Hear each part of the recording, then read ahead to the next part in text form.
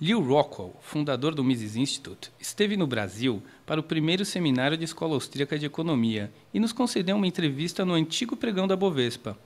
Grande defensor da liberdade, Lew falou sobre a crise americana, o futuro do dólar e o ataque do Estado à liberdade. Acompanhe. It's good to have you here. We are here at the Bovespa, one of the largest exchanges in the world.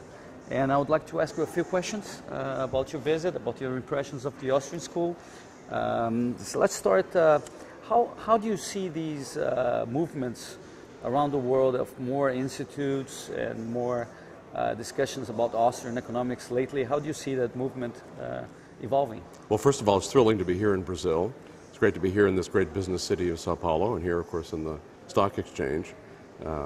Mises was once asked, what's the difference, how do you tell the difference in these mixed economies between a country that's more, on the capitalist side or on the socialist side, what's the difference? And he said, well, it's a functioning stock exchange. So, great to be here. So I think Austrian economics is the one movement, the one school of thought within economics, besides Marxism, that's truly international. And so we see this with the wonderful things you're doing here in Brazil, all over in other countries in Latin America, in Asia, in Europe, Eastern Europe, Western Europe. It's just thrilling to see this. And I think this is our moment. Right. I mean, we build on the work of centuries of all the great men, even starting back with the School of Salamanca and the great Portuguese and Spanish scholastics. But of course, opening up fully with Menger, boehm-bawerk, Mises, Hayek, Rothbard, Hoppe. Right. All of the great men, and we're helped building on that foundation by what Ron Paul has done in the United States. And then we have what the Fed did for us, what Greenspan and Bernanke have done for us by creating a classic Austrian business cycle. And so this has caused just huge interest in financial markets in the United States and all over the world by people in Austrian business cycle theory. And once they begin to look into that, then they look into the whole Austrian school. And there's just an explosion of interest in Austrian economics. So we see it all over the world, and I'm very, very optimistic. Do you think we'll have in the future something similar to what we had in Vienna at one point, 3-4 big scholars of Austrian economics teaching at the same time at a prime university? Do you envision that? Helio, I think that's the past. I mean, I would love to see it. I would love to see a great university that assembled great Austrian economists in the economics department. But I think the bricks and mortar universities are institutions that really haven't changed the way that they teach since the days of St. Thomas Aquinas and the University of Paris. Right. Now it's changing. And I think with the digital world, I think we're going to see online learning. I think the normal university curriculum is in decline. In the United States, it has to do with the fact that a student, because of the vast subsidization of the universities, it costs huge amounts to go to a university, and so students end up, unless they come from wealthy families, with these gigantic debts they can never pay off. So I think we see this with the Mises Institute, with what you're doing in your website, what we're doing, other institutes all around the world. I think that is the future of education. Not that you can't, it's not important for students to meet with great scholars and great teachers in person, because it is. But I think the old style university, my guess, is coming to an end. Right. And there's at least going to be a whole lot more diversity. So I think that's wonderful. And how do you see the Mises Institute's role in that? The Mises Institute is peculiar in its model because it not only publishes books and articles, but also supports the academics, and it even has its own Mises University. How do you see the Mises Institute contribution to that development of this new world of education that you envision? Well, we started our website in 1995, back in the medieval period of the web, and some of this has surprised us, just what a huge deal it is. But we do publish. We have pretty much anybody interested in Austrian economics over the last 23 years the Mises University has been going on has been through that program. We have students who come and spend all summer with us. We have students who come and write their doctoral dissertations with us. That's all wonderful, but I feel that and indeed essential. We have the Rothbard Graduate Seminar for students, Mises graduate seminars, intense individualized programs. But I think the web is the future, and so I think that we're just right now have our first course on the web, taught by Dr. Bob Murphy on the Austrian business cycle. And now the question is, do we have to cap the number of students who want to enroll in this? And it's not so much students who are in regular programs, but it's people in the financial world, business people who want to learn about the Austrian business cycle theory. And they don't want to go get 3 credits someplace at a state university and sit in a dusty classroom and have some guy deliver the same lectures he's done for 25 years. So I think this is the future, and I think the Mises Institute is going to play a very key role in it. Lew, let's talk about the current scenario today. Despite the fact that we have this revival of Austrian economics and the success of the Mises Institute with a growing number of people reading the articles and becoming acquainted with our philosophy, we are seeing in the actual world a growing government, more intervention. How do you see us having a real result in the future of actually decreasing the size of the government? Well, no question that these days we're seeing an unbelievable increase in the size of the state.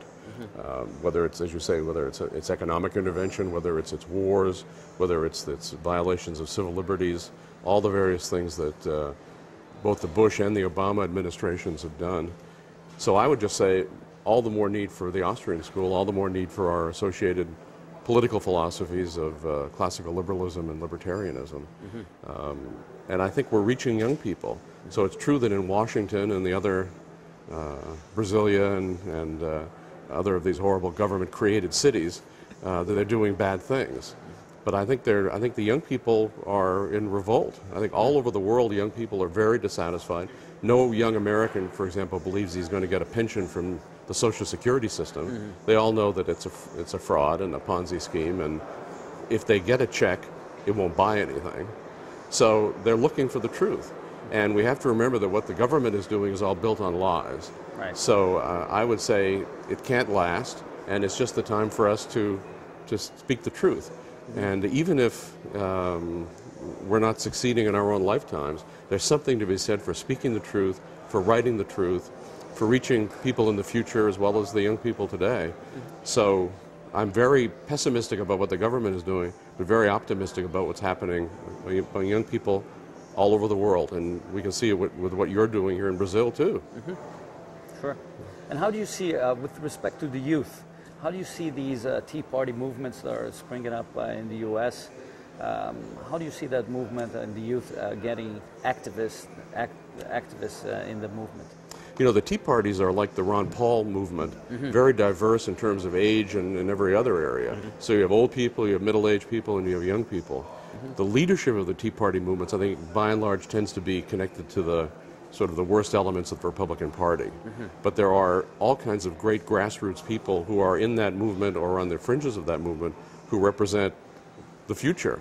I mean, they're very, very upset about the government. They don't necessarily understand economics, but they know these multi-trillion-dollar deficits are bad. They know the spending is bad. They don't like further socialized medicine in the U.S., which already has probably more of a fascist medical system than socialist, since it's big business and the government together against the patient and against the taxpayer. But I think that they will play an important role, and we can see the fact that they're being demonized by the government and by the government media shows that we know they're wonderful. Anybody the government goes after, you know there's something very good about them. How do you see the role of the crises that we're seeing more often each decade? There's a tendency for the governments to increase during crisis. This is Professor Higgs' thesis. How do you see that? Do you think there will be a crisis in which people will eventually realize that they need to do something to finally decrease the size of government?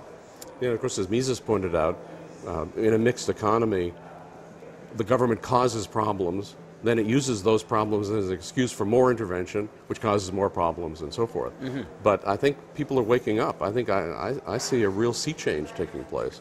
So I think that just as the Ron Paul movement showed that people can all of a sudden become interested in the Federal Reserve System, in the issues of central banking, which you're not, in the U.S., you're not supposed to be interested in. You're supposed to be bored by it. It's the name on the bills in your wallet, but otherwise don't pay attention. nothing, move along, nothing to be seen here. So Ron has shown millions of Americans that this institution is ripping them off. So all of a sudden it becomes very interesting. And so I think, again, that's a model. I think people can be interested. I think they are becoming interested. They're reading. So one of the great things, just a vast increase in people reading economics books, history books, real history, real economics. And we've got the constant fight, which has always been throughout human history, between liberty and power, as Rothbard said. And the great things going on the liberty side, evil things going on the power side. On the other hand, we're not facing the pharaoh and his pyramids yet, so it could be worse. I think another reason for optimism, certainly in the U.S., is they've been so open, nakedly open, about the fact that the regular Americans are being ripped off. It's the big Wall Street firms connected to the government for various billionaires. And when we look at any of the bailouts that they're doing, virtually every single American outside of the state and the state media opposed it, vociferously opposed it. So this is why they talk about division, they talk about the fact that people aren't trusting the government. Isn't that horrible? Well, of course, it's a wonderful thing people don't trust the government. It's a wonderful thing that they begin to see it as nothing but a gigantic ripoff, not only central banking, but everything they do is a redistribution mechanism from the holders of property to the people who'd like to hold your property. And so I think there's great ideological undercurrents going on in the U.S., tea parties and other things that are very, very hopeful and scare the heck out of the establishment. Let's talk a little bit about money that you briefly mentioned. One of the distinctive features of the Austrian school is also our position on money in general. And it differentiates us from the Chicago school, for example, that advocates a state managed currency. Yes. And how do you see the international monetary system evolving for the next several decades with respect to money in general? Well, as you know, the IMF and the other institutions and the U.S. government itself are very worried that the dollar is breaking down as the world reserve currency. It never should have been the world reserve currency. That was a feature of the U.S. empire imposed on the world after, Bretton Woods, after World War II. That system is now having broken down, and of course it's been an entirely fiat system ever since 1971, when Nixon ended the final tie between the dollar and gold. So now there's just no limit on what they can print. So that sets up problems. People are rejecting the dollar, and so they want a new world currency. The U.S. wants to control it. They want to keep it the dollar, but it may not be possible. So there's a period of turmoil, and in such a period, new ideas can come forward. Ideas that maybe we should have honest money, money that can't just be printed up in a printing press. Whether we look at Mises's ideas of the classical gold standard, Hayek's talk about competitive currencies, Rothbard's talk about a private gold standard. These are all ideas that should be in the mix, and others too. But I think the whole system of just trust the government, believe their money, the fact that people are not believing it or worried about the future of the dollar, the fact that the government itself and all its related interests are worried about the dollar on a world level opens up the way for us to talk about different ideas that make far more sense and obviously are better for the people and for the ideas of private property and prosperity and human liberty that we all care so much about. Do you think one of these options might happen in our lifetime still? A little bit more of free banking or some return to the gold standard? Do you see that happening? I know Ron Paul thinks that the idea of competitive currencies is probably the most likely. And he thinks that the whole system is coming down, that there's a huge crisis coming. There was, of course, a crisis in 1971, 68 to 71, as Bretton Woods was breaking down. Now this system is breaking down. And he thinks they're not quite in as control as they would like to think, that there are going to be pockets of freedom breaking out, little blades of grass coming up through the state cement. Right. And so the ideas of competitive currencies in some countries, maybe even the U.S., that people can be explained to them that when there's a monopoly like the government has over money, that people abuse it. If you or I had a printing press in our basement, we could just print up money that people would accept you'd like to think you wouldn't be irresponsible, but that sure would be a temptation. People who go into government, of course, tend to be wanting to rule others. They want power, they're power mad. Not all of them, but that's the typical one. And when they've got the printing press, they use it. So I think there's a real chance for some monetary reform, yes, in our lifetimes. Nesta segunda parte, Lew nos fala sobre o euro, grandes economistas do passado e o espaço que a grande mídia tem dado a Ron Paul e sua revolução. Lew, let's talk about Europe for a moment. We're seeing that some of the countries there, especially Greece and Portugal, some other countries, are having increasing financial difficulties, their governments. And there's a discussion whether some of the countries should exit from the unions, whether some of the other countries, the main countries such as Germany and France, should support these irresponsible governments, let's call. And there's also a discussion about increasing again the size of government and building a fiscal union, or let's say an established government for Europe. Which way do you think this may play out using some of our praxeological analysis? Professor Guido Holzmann, who teaches at the University of Angers in France, an author of the great biography of Mises, Mises, the Last Night of Liberalism, said that Austrian ideas are far more in circulation among the intellectuals in Europe than in the United States. That the idea, whenever the big newspapers in Germany or Switzerland, less so in France, but in Eastern Europe, in Spain and in Italy, are considering these questions, our ideas are at least brought up. A huge advance. I think it's a very good thing that Germany is, at least so far, refusing to bail out Greece. In my view, the EU was a bad idea. The euro was a bad idea. I hope they do exit. I hope the whole thing breaks down. I mean, I understand that it serves some purpose. People are wanting to have sort of a counterweight to the U.S.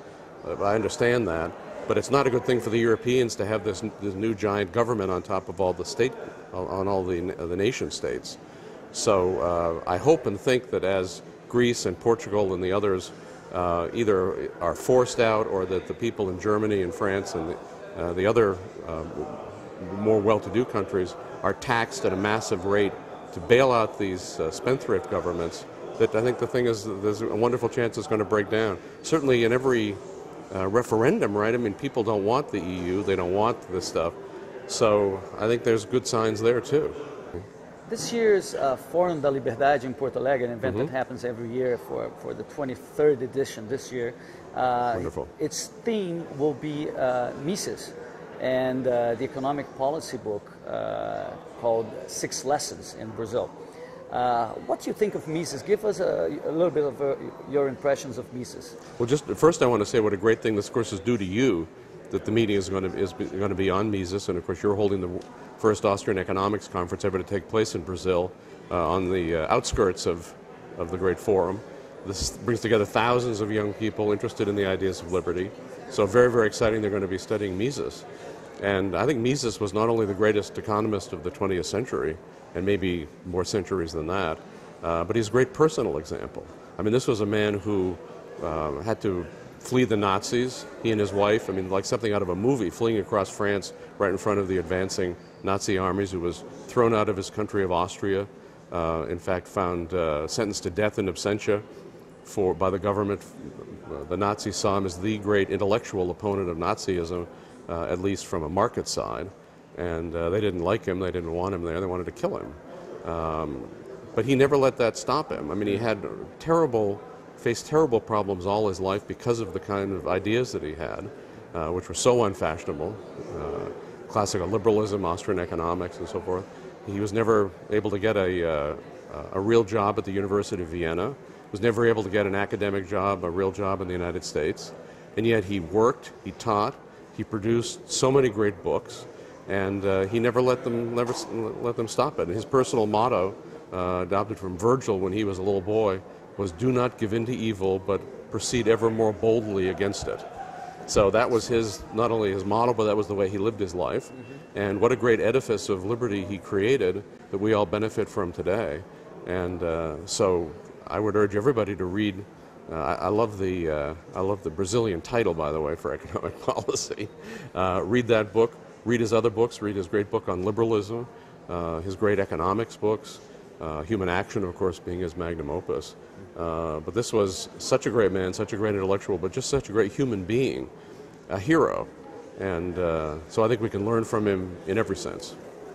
And when Mises went to America, as you said, he didn't have much support, but he finally got a very big impression on another person, Murray Rothbard, who is one of the best-known proponents of the Austrian school.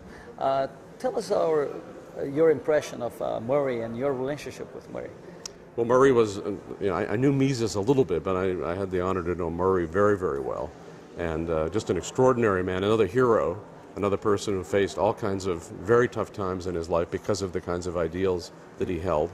But he never let it stop him, and he was always optimistic, always fun, attracted students and young people around him, always very giving of his time to anybody who wanted to ask him a question in any circumstance or write him, call him on the phone. He was just a born teacher, and he taught liberty and he taught Austrian economics. He went to Columbia. That's where he got his bachelor's, his master's, and his PhD. And he was attracted to economics, but he said he knew he sort of agreed with the criticisms of all the various schools against the other schools, but he didn't agree with the positive case for any of the schools. Mm-hmm. And he knew there was something wrong, and he said when he read Human Action, right after it came out in 1949, he said it struck him like a bolt of lightning, and he thought, this is economics. Mm-hmm. And so he devoted his life to Austrian economics and to Misesian ideas, to libertarianism, which he pretty much created modern libertarianism, because he was a great historian and political philosopher, mm-hmm. As well as a great economist. And when I started the Mises Institute, the U.S. version, I asked Murray if he would be in charge of our academic affairs, and he was thrilled to. And so he put a great stamp on the Mises Institute and on everything we do and stand for. And he's today, like Mises, a far bigger figure than he was in life. All over the world, people are reading his books, listening to his lectures. We have a lot of lectures of Rothbard, audio lectures and video lectures. Very little, unfortunately, of Mises in that format. But people can they go to Mises.org. They can read and listen and watch Rothbard and Mises and the other great economists from the past and the present. Others of them, Professor Joe Salerno, Professor Mark Thornton, Professor Tom Woods, that you brought. Tom's an historian, but he's an economist too, that you brought here to your conference. They can read these sorts of people. Very exciting stuff, intellectually very exciting. Clear, convincing, nothing like Keynesianism, which is, as Murray always said, Keynes was a muddy writer when he was discussing what we think of as Keynesianism, although not some of his other writings, and he thought that indicated muddied thinking, and their thinking is muddy. And whether you read the people in Washington, try to parse their speeches, all the stuff they're advocating doesn't make sense. Austrian economics and the cause of liberty does make sense. And so I think, thanks to Mises and Rothbard, we're very much on a roll. The other very famous proponent of the Austrian school is, of course, Professor Hayek, yes. The winner of the Nobel Prize. How do you see these different branches of Austrianism, the Hayekians, the Rothbardians, the Misesians? How do you see that discussion within the Austrian school? Maybe there are even I know one guy who thinks of himself as a boehm-bawerkian. Boehm-bawerkian, so, right, sure, I mean, there's and there are and plenty of Hoppians. They're all Mengarians. Yeah, we're all Mengarians. We're all Mengarians now, as Nixon should have said. So it's I think it's wonderful. I mean, I think there's plenty of room for diversity. Certainly, no one person knows everything. No million people know everything. And so Hayek was a great economist. He was a colleague of Mises, mentored by Mises. When Mises started the first institute to study business cycles, he put Hayek in charge of it. Hayek's writings, for example, that Joe Salerno collected in a book on monetary policy and the Depression, the first Great Depression, are quite extraordinary. We've got some great YouTubes up of Hayek towards the end of his life being interviewed by the press.